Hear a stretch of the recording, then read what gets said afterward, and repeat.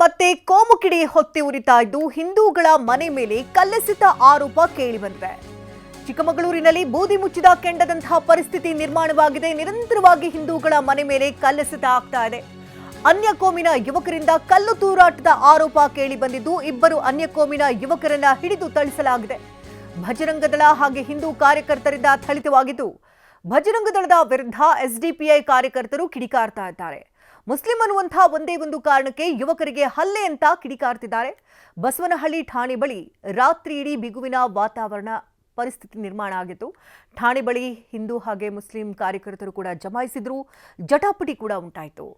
ಇನ್ನು ಆ ಘಟನಾವಳಿಯ ದೃಶ್ಯಗಳು ಕೂಡ ಟಿವಿ ನನಗೆ ಲಭ್ಯ ಆಗಿದೆ.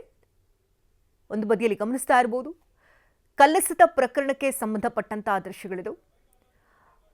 ಮನೆಗೆ ಕಲ್ಲೆಸೆತಾ ಇದ್ದಾರಂತೆ. ಪ್ರತಿನಿತ್ಯವೂ ಕೂಡ ಇದೇ ರೀತಿ ಕಿರುಕುಳ ಆಗ್ತಾ ಇದೆ ಅಂತ ಅಲ್ಲಿನ ಯುವಕರು ಅಳಲು ತೋಡ್ಕೊಳ್ತಾ ಇದ್ದಾರೆ.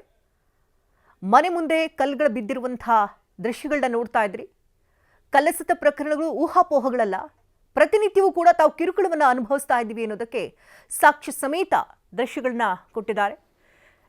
ಇನ್ನು ಆಸ್ಪತ್ರೆ ಮುಂಭಾಗ ಅಂದರೆ ಇಬ್ಬರು ಯುವಕರಿಗೆ ಅನ್ಯ ಕೋಮಿನ ಯುವಕರಿಗೆ ಥಳಿತವಾಗಿತ್ತು. ಸ್ಥಳದಲ್ಲಿ ಬಿಗುವಿನ ವಾತಾವರಣ ನಿರ್ಮಾಣವಾಗಿತ್ತು. ಕಲ್ಲೊಡೆಯೋದು ಕೇಳಿದಾಗ ಅವೇಚ್ಛೆಯಿಂದ ಬೈಯೋದು ಓಡೋಗೋದು, ಇದು ಏನು ಇವ್ರಿಗೊಂಥರ ಚಟ ಆಗ್ಬಿಟ್ಟಿದೆಯಾ ಅಥವಾ ಇವ್ರಿಗೇನು ಇದೊಂದು ಹವ್ಯಾಸ ಮಾಡ್ಕೊಂಡಿರೋ ಗೊತ್ತಿಲ್ಲ. ಹಿಂದೂ ಹೆಣ್ಮಕ್ಳು ಹಿಂದೂಗಳ ಮನೆ ಮೇಲೆ ಟಾರ್ಗೆಟ್ ಮಾಡೋದು ಕಲ್ಲೊಡೆಯೋದು ಯಾವ ಸಂಸ್ಕೃತಿ ಎಲ್ಲಿಂದ ಬಂತು ಅನ್ನೋದು ಗೊತ್ತಾಗ್ತಿಲ್ಲ. ಹಾಗಾಗಿ ಇವ್ರ ಮೇಲೆ ಕ್ರಮ ಕೈಗೊಳ್ಳಿಲ್ಲ ಅಂದರೆ ಮುಂದೊಂದು ದಿನ ಇವರು ಇವತ್ತು ಕಲ್ಲು ಹೊಡಿತಾರೆ, ನಾಳೆ ಬಾಂಬ್ ಹಾಕ್ತಾರೆ. ಇವರೇ ಕಲ್ಲು ಹೊಡೆದವ್ರು ಬಾಂಬ್ ಹಾಕಲ್ಲ ಅಂತ ಏನು ಗ್ಯಾರಂಟಿ ಇಲ್ಲ. ಹಂಗಾಗಿ ಇವ್ರ ಮೇಲೆ ಕ್ರಮ ಆಗಬೇಕಂತ ಆಗ್ರಹ ಮಾಡ್ತೀನಿ. ಕಲ್ಲೊಡೆಯೋದು ಬಜರಂಗ ದಳದ ಮುಖಂಡರುಗಳು ಆ ಹುಡುಗರನ್ನ ಹಿಡಿದು ಹಲ್ಲೆ ಮಾಡ್ತಾರೆ. ಹಲ್ಲೆ ಮಾಡಿ ಅವರು ಪೊಲೀಸರ ಮುಂದೆ ಹಿಡ್ಕೊಂಡಿರ್ತಾರೆ. ಆವಾಗ ಪೊಲೀಸರು ಹೋಗಿ ಅವ್ರನ್ನ ಕರ್ಕೊಬರ್ತಾರೆ.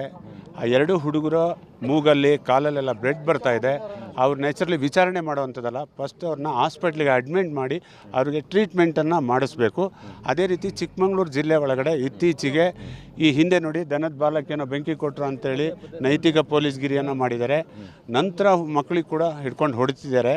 ಇವ್ರಂತ ಹೇಳಿದರೆ ಏನೇ ಹೆಚ್ಚು ಕಡಿಮೆ ಆದರೂ ಕೂಡ ಹಿಂದೂ ಮುಸಲ್ಮಾನರು ಬಣ್ಣ ಕಟ್ತಿದ್ದಾರೆ. ಹಿಂದೂ ಆಗಿದ್ದರೂ ಕೂಡ ಆ ಮಹಿಳೆ ಮನೆ ಮೇಲೆ ಕಲ್ಲು ಹಾಕಿದರೆ ಖಂಡಿತವಾಗ್ಲೂ ಕೂಡ ಅವ್ರು ಮುಸಲ್ಮಾನರಾದರೂ ಕೂಡ ಅವ್ರು ಜೈಲಿಗೆ ಹೋಗಬೇಕು. ಯಾವುದೇ ಜಾತಿಯ ಹೆಣ್ಮಕ್ಳಾಗಿರ್ಬೋದು, ಹೆಣ್ಮಕ್ಳೇ. ಬಜರಂಗ ದಳದ ಮುಖಂಡರುಗಳು ಆ ಹುಡುಗರನ್ನ ಹಿಡಿದು ಹಲ್ಲೆ ಮಾಡ್ತಾರೆ. ಹಲ್ಲೆ ಮಾಡಿ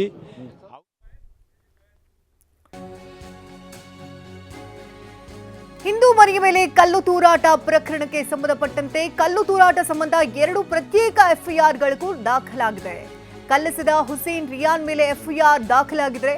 ಇಬ್ಬರನ್ನ ಹಿಡಿದಂತ ಶ್ಯಾಮ್ ಹಾಗೆ ಸಂತೋಷ್ ಮೇಲೂ ಎಫ್ಐಆರ್ ದಾಖಲಾಗಿದೆ. ಹಾಸನ ವಿಭಾಗದ ಭಜರಂಗ ದಳ ಸಂಚಾಲಕ ಶ್ಯಾಮ್, ಬಿಜೆಪಿ ಯುವ ಮೋರ್ಚಾ ಜಿಲ್ಲಾಧ್ಯಕ್ಷ ಸಂತೋಷ್ ಬ್ಯಾಟ್ನಿಂದ ಹಲ್ಲೆ ಮಾಡಿದ್ರು ಅಂತ ದೂರನ್ನ ಸಲ್ಲಿಸಲಾಗಿದೆ. ಹುಸೇನ್ ನೀಡಿದಂತ ದೂರಿನ ಮೇರೆಗೆ ಎಫ್ಐಆರ್ ದಾಖಲಾಗಿದ್ದು ಬಸವನಹಳ್ಳಿ ಪೊಲೀಸ್ ಠಾಣೆಯಲ್ಲಿ 2 ಪ್ರತ್ಯೇಕ ಎಫ್ಐಆರ್ ಅನ್ನ ದಾಖಲು ಮಾಡಲಾಗಿದೆ. ಕಲ್ಲು ತೂರಾಟ ಸಂಬಂಧ ಇದೀಗ 2 ಎಫ್ಐಆರ್ ದಾಖಲಾಗಿರುವಂಥದ್ದು. ಒಂದು ಕಡೆ ಇಬ್ಬರು ಯುವಕರಿಗೆ ಥಳಿಸಲಾಗಿದೆ. ಮನವನ್ನದೇ ಥಳಿಸಿದ್ದಾರೆ, ಕಾರಣವಿಲ್ಲದೆ ಥಳಿಸಿದ್ದಾರೆ ಅಂತ ಆಕ್ರೋಶವನ್ನು ವ್ಯಕ್ತಪಡಿಸಲಾಯಿತು. ಆಸ್ಪತ್ರೆ ಮುಂಭಾಗ ಕೂಡ ಎಸ್ಡಿಪಿಐ ಕಾರ್ಯಕರ್ತರು ಆಕ್ರೋಶವನ್ನು ವ್ಯಕ್ತಪಡಿಸಿದರು.